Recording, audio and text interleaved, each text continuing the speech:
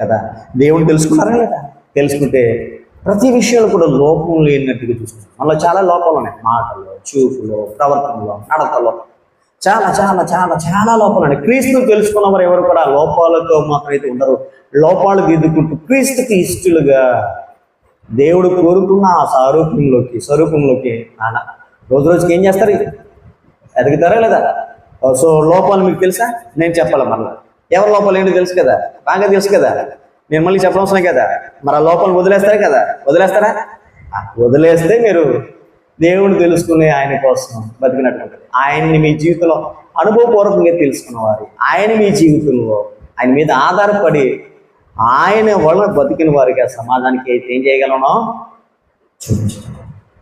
Clear? క్రీస్తుని తెలుసుకోవాలంటే అర్థం ఏంటండి మీకు? యెహోవా దేవుడిని తెలుసుకోవడం, నాకు క్రీస్తు దేవుడిని తెలుసుకోవాలంటే ఆయన మీద ఆధారపడి